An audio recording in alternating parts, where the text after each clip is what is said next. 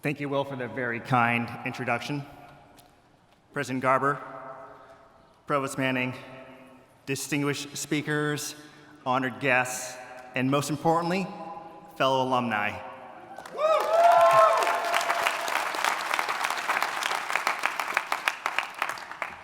Good afternoon. I am incredibly humbled to be here with you all today on Earth.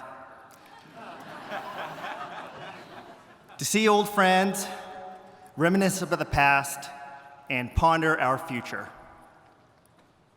I've had the privilege of wearing different uniforms in my 42 years, from war-torn battlefields, to emergency departments, to cockpits and spacecrafts. Through it all, I've made many mistakes and learned many lessons. But before I begin, I have a confession. I'm a bit of a procrastinator. I'm sorry, Mom, that never went away. I finally sat down to write this after watching Conan O'Brien's recent commencement speech.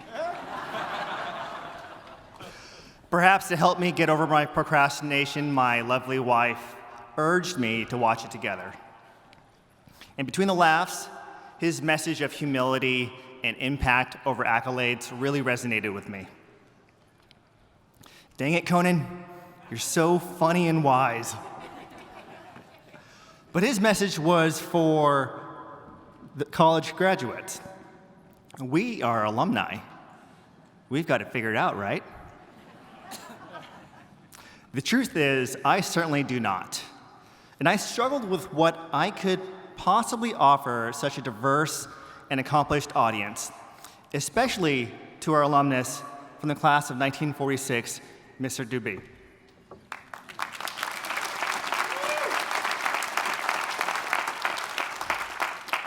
Sir, you should be up here. I want to hear what you have to say.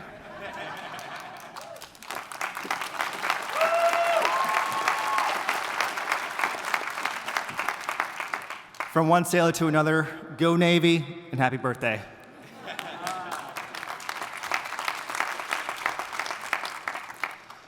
Just 6 months ago, I was wrapping up an 8-month mission aboard the International Space Station.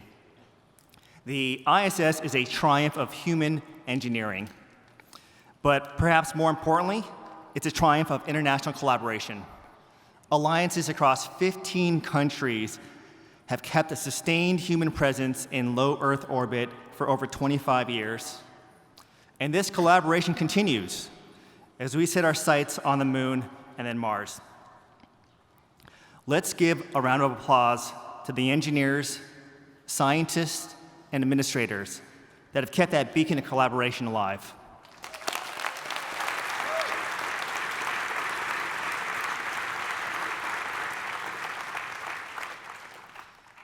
Orbiting our planet at 17,000 miles per hour, I witnessed our planet's raw majesty.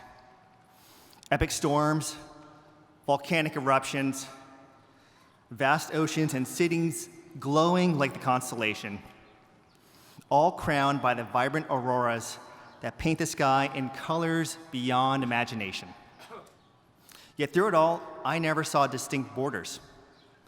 I just saw a fragile, beautiful planet suspended in the darkness of our solar system.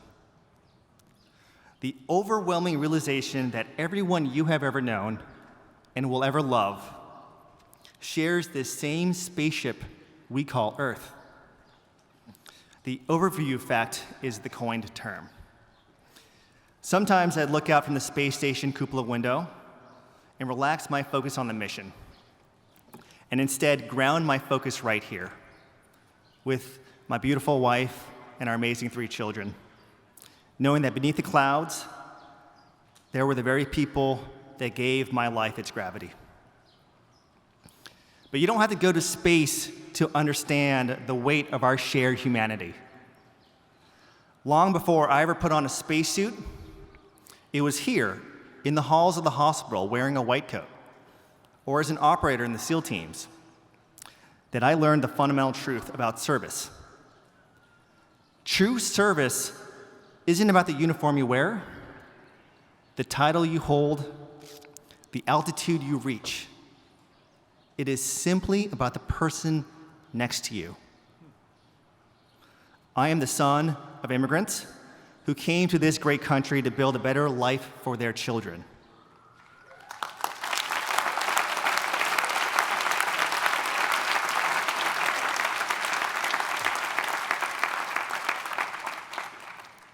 And while the fall of the Twin Towers during high school certainly called within me an action to serve, my calling to become a Navy SEAL was for an embarrassingly simple reason. I wanted to be a superhero. A little tongue-in-cheek, but as a kid, I was infatuated with comic superheroes. I wanted to be like the incorruptible, self-reliant Batman fighting injustice. But in the extreme environments I've spent my life as an adult, I learned that the solo hero myth is dangerous. Whether you're relying on the Marine next to you in a firefight, the nurse during a code blue, or your crewmates in the vacuum of space. Survival demands absolute trust in others. True strength is found in recognizing you cannot do this alone.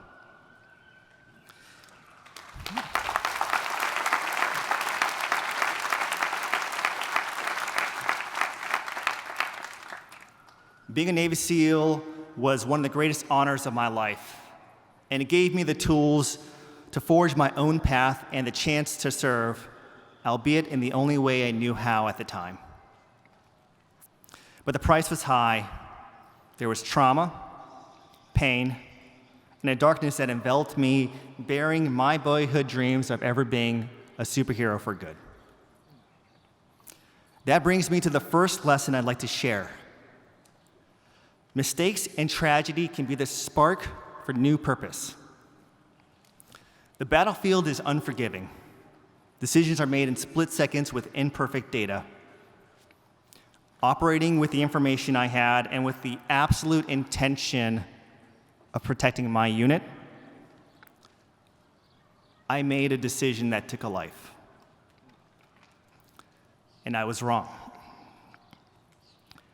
And despite being cleared by an investigation that I operated within the rules of engagement, nothing will take away that my actions caused irreparable harm.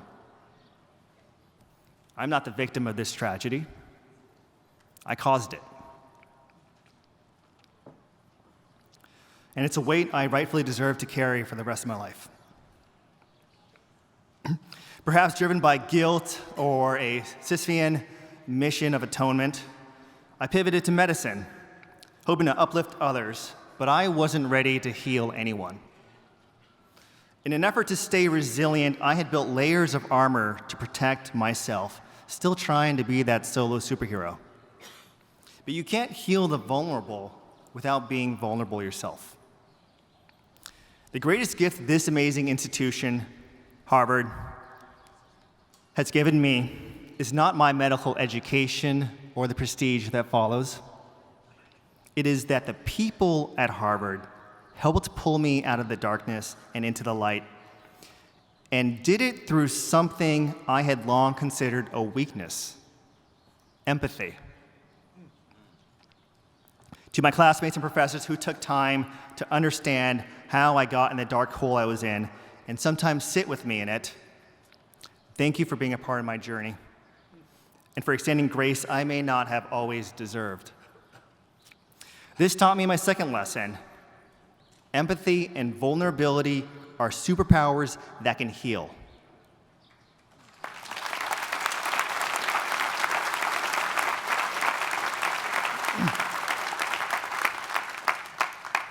True superpowers don't require us to put armor on.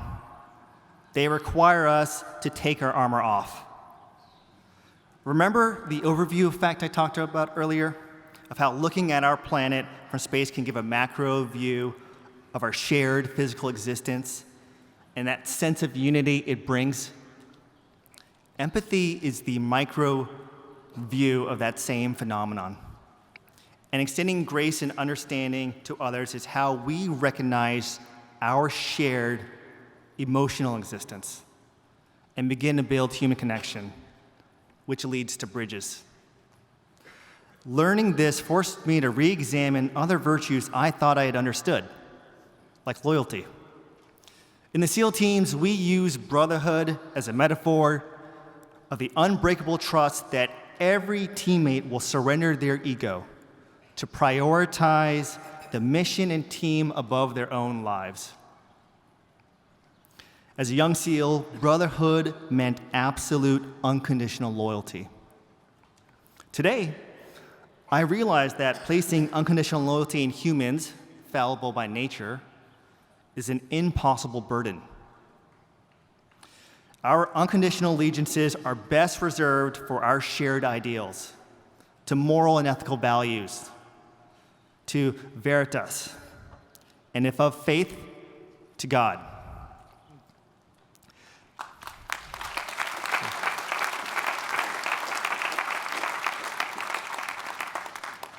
Because whether we are navigating the vastness of space, setting our sights to the moon or Mars, or facing the uncertainties of tomorrow right here at home,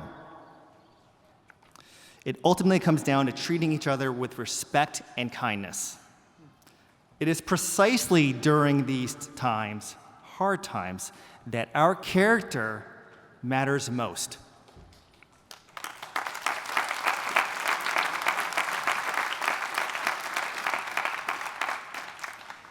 No matter what new technology comes our way or how much AI takes over, there is one thing that it will never be able to replicate: integrity, humility, trust. These aren't just lessons I want my own children to live and learn. These are lessons I am still actively trying to live out. They are our moral compass, our North Star. As I said, you don't need to wear a uniform, carry a gun into battle, save a life, or blast off into space to serve or understand our shared humanity. Service shows itself in the quiet, unseen acts of kindness and everyday grace. If you ask me today who my superhero is, I'd say my mom.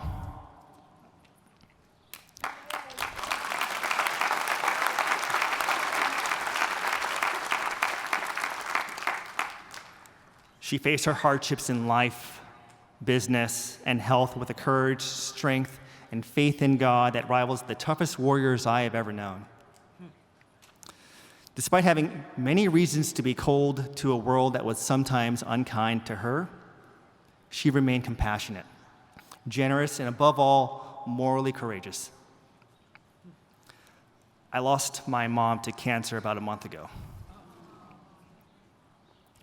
And my whole life, I've looked to fictional characters or out into the world for heroes to emulate when my biggest superhero was always right there by my side. Mom, I love you, and I wish I had told you that you were my superhero.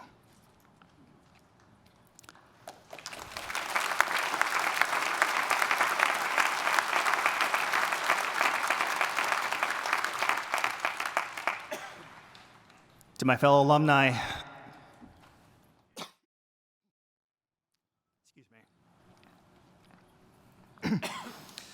to my fellow alumni, I leave you with a call to action.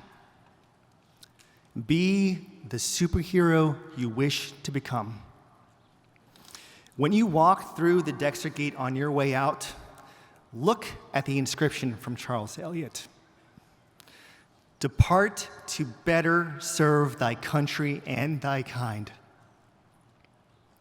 Always lead with your heart. Take off your armor. Exercise empathy, especially towards people you disagree with. It is the only path by which we can coexist, leaving this fragile, beautiful spaceship we call Earth better than we found it. Thank you.